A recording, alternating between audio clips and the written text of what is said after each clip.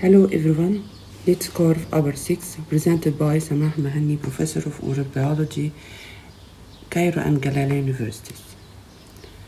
The first step will be determine the crown length, which is 7.5.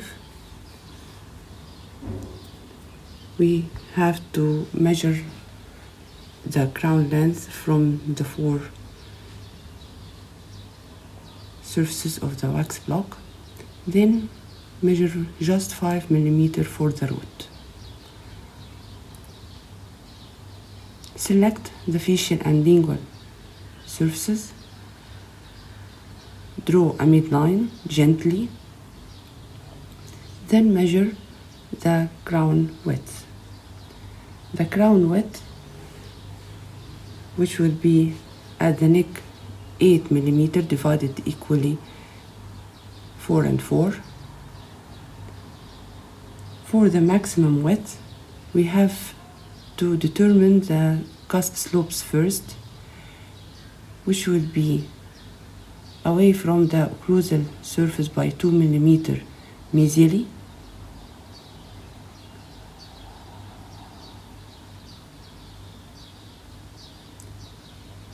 and 3 mm distally away from the occlusal outline.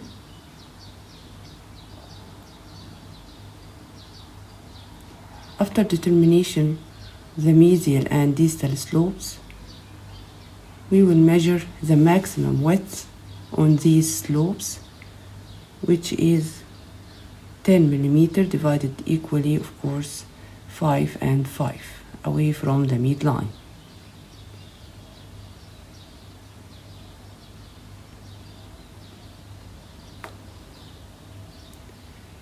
Then we measure the intercuspal distance facially and lingually, which will be 6 mm divided equally away from the midline, 3 and 3. Connecting these points together, creating the trapezoidal shape of the crown, then straight lines of the root will be drawn.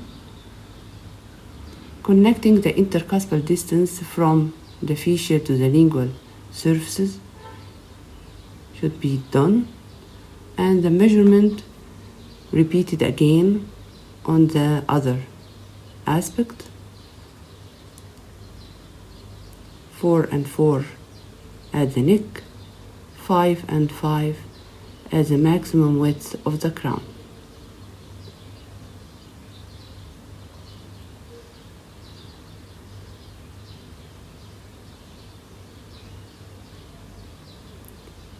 Then the root straight lines should be drawn. The cutting here will be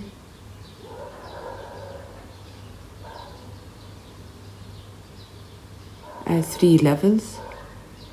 The cusp slope first, cut straight smooth surface,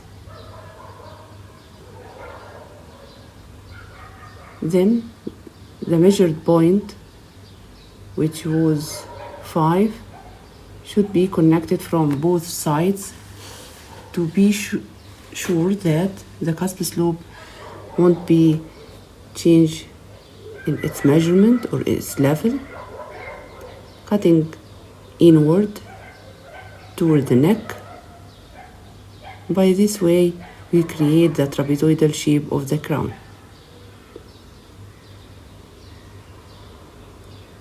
Assure to have smooth, regular surface. Then the root portion will be cut as a straight cut.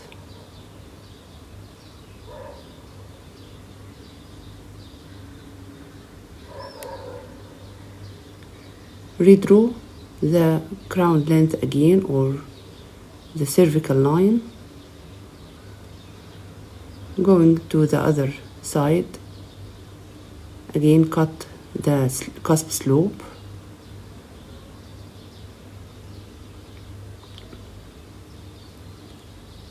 we have to be restricted to the lines that we drew before.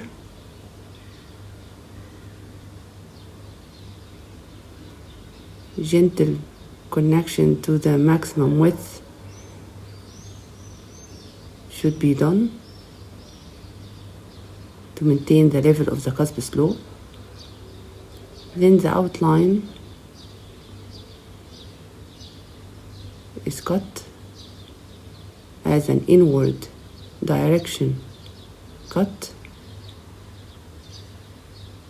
attaining smooth, regular surface directed inward by following the points that were determined before. Then the root portion is cut.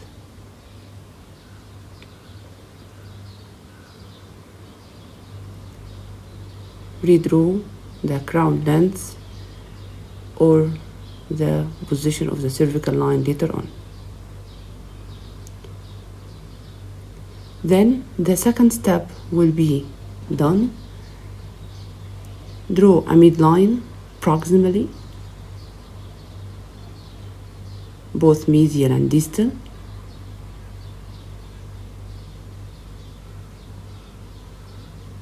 Determine the buccal and lingual surfaces.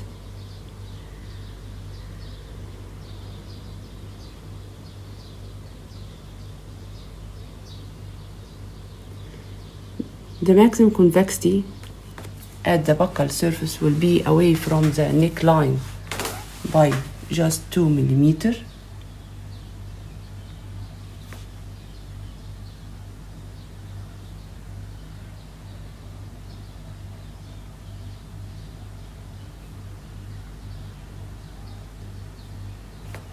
And lingually will be 4 millimeters. After determining the maximum convexity's position, we will measure the thickness, which is 5 millimeters away from the midline, with total 10 millimeters at the neck and 5.5 at the maximum thickness. Again, we have to have the intercuspal distance, which at these surfaces will be 7 millimeters divided equally 3.5 and 3.5. Again,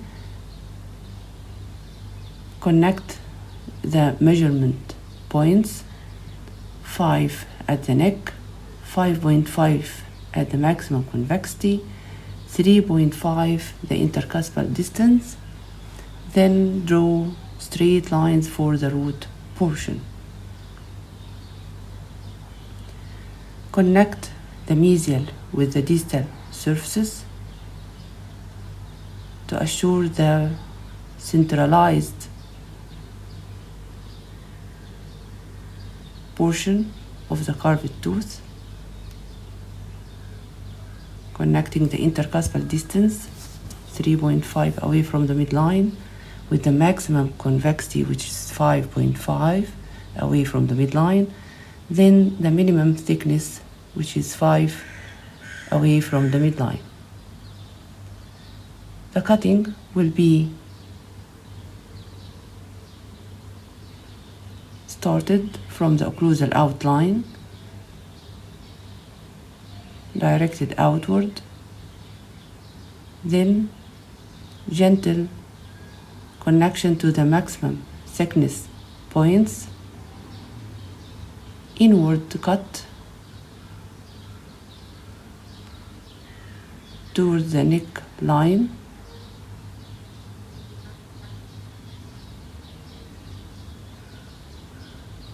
smooth regular surfaces should be attained. Straight cut for the root portion will be the final step facially. The maximum convexity here will be at the cervical third, represents the cervical ridge. Directed lingually, outward cut from the cuspal interdistance till the maximum thickness.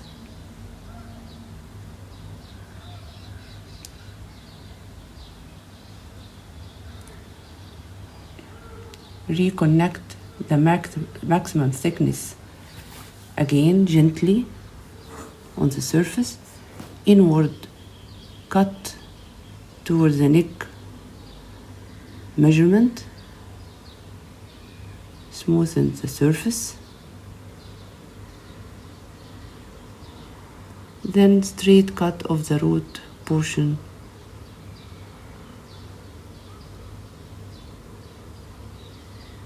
Is performed. Redraw again the crown length.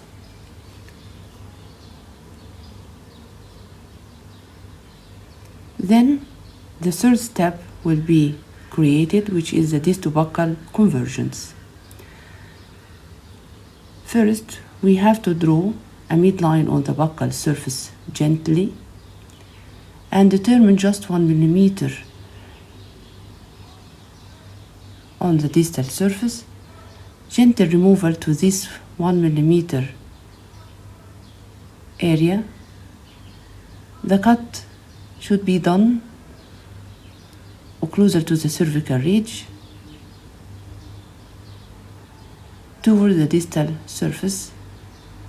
Pay attention to the cervical ridge, avoid its removal and avoid any concavities occlusal to it. From the distal surface, we will cut just 1 millimeter toward the buccal surface, then smoothen the surface to be smoothly directed from the lingual to the buccal. Pay attention to the cusp slope and pay attention to the cervical ridge. Redraw again the crown length. The opposing line angle, which is the mesiolingual line angle, we round this line angle to create the second obtuse angle. By this way, we get the two obtuse angles, the distobuccal and the mesiolingual line angles. By this way, we have two obtuse angles and two acute angles. The obtuse angles are the mesiolingual and distobuccal, while the acute angles are the distolingual and mesiobuccal. First step to carve the occlusal aspect, we have to tilt the midline occlusally to be parallel to the facial surface that has distobuccal convergence.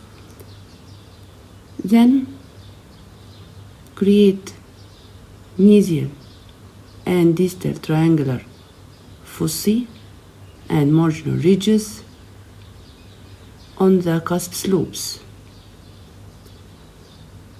A V-shaped notch should be created to separate the buccal area from the lingual areas. The V-shaped notch should parallel to the buccal surface, tilted toward the lingual surface.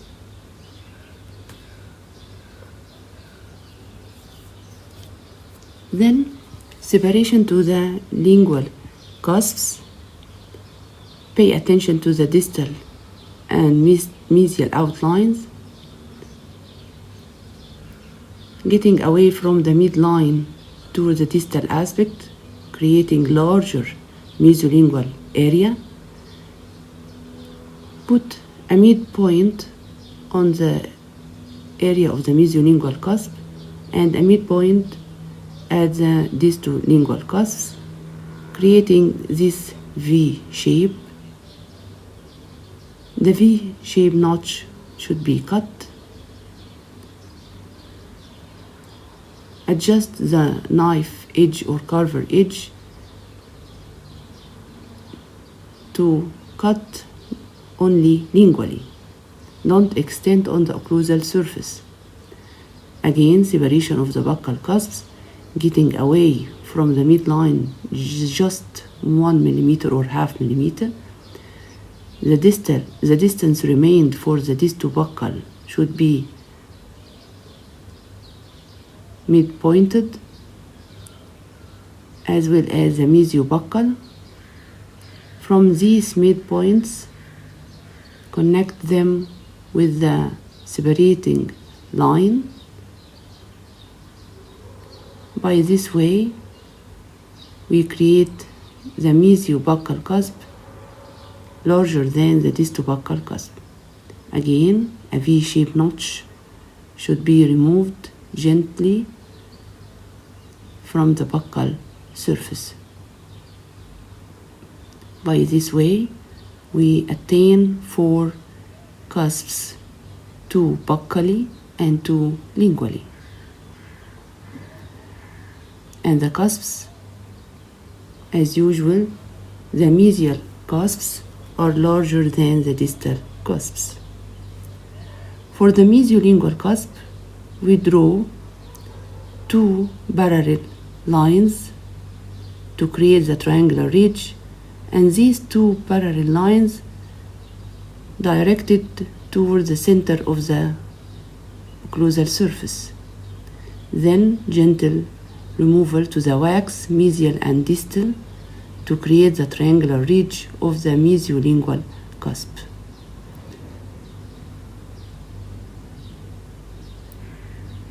The distobuccal cusp, draw 2 parallel lines, then gentle removal to the triangular ridge from one side toward the V-shaped notch and the other side toward the distal triangular fossa. The opposing cusps that away from the oblique ridge should be directed forward, and draw only single one line for the cusp ridge, and creating the inclined planes of the cusps, creating the triangular ridge. The mesiobuccal cusp should be carved away from the center point of the occlusal surface, the direction of the triangular ridge directed forward from the buccal to the lingual, straight forward away from the oblique ridge. By this way, we have 4 triangular ridges. Draw the central developmental groove from the mesial triangular fossa till the central fossa. Then extend the buccal developmental groove, separating the mesiobuccal cusp from the distobuccal cusp. Then adjust the triangular ridges originating from the central developmental groove, buccal developmental groove, and smoothen the surface by this way. Adjust the mesiolingual triangular ridge from the central developmental groove, from the buccal groove.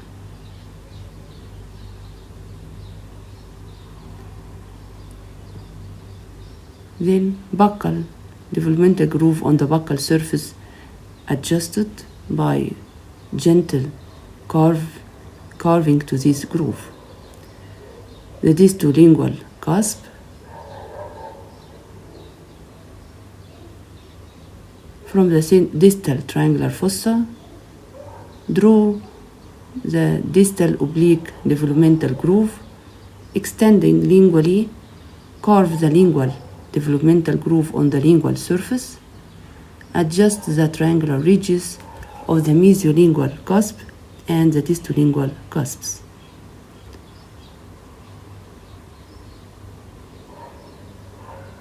flare the wax from the developmental grooves towards the triangular ridges to maintain properly curved triangular ridges. By this way, we adjust the oblique ridge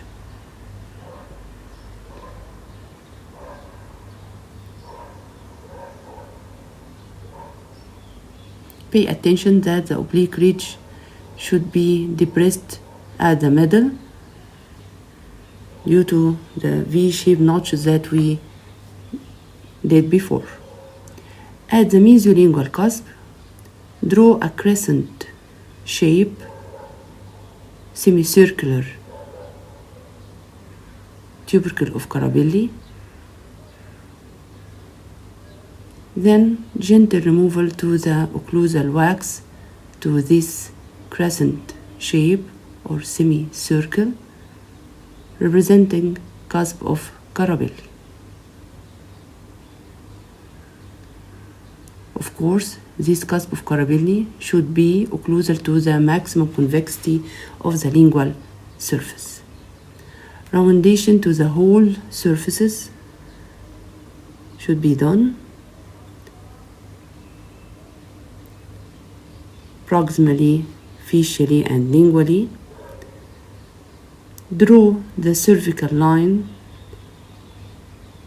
Medially should be away from the crown length by just 1 millimeter, semicircular lingually, and straight distally.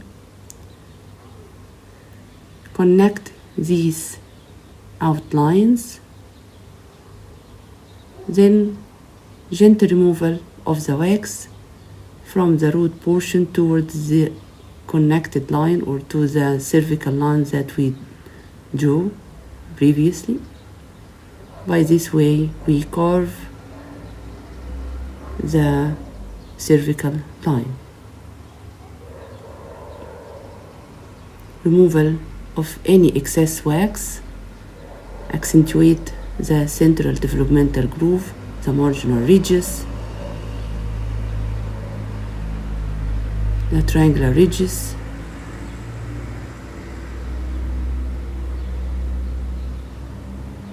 the mesiolingual cusp,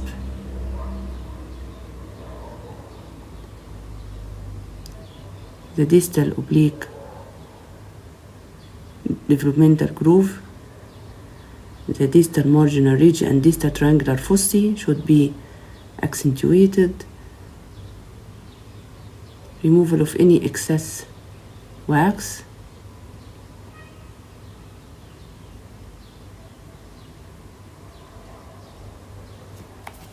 By this way, we attain the upper first permanent molar with 4 cusps, 2 buccally, 2 lingually. The largest cusp will be the mesiolingual.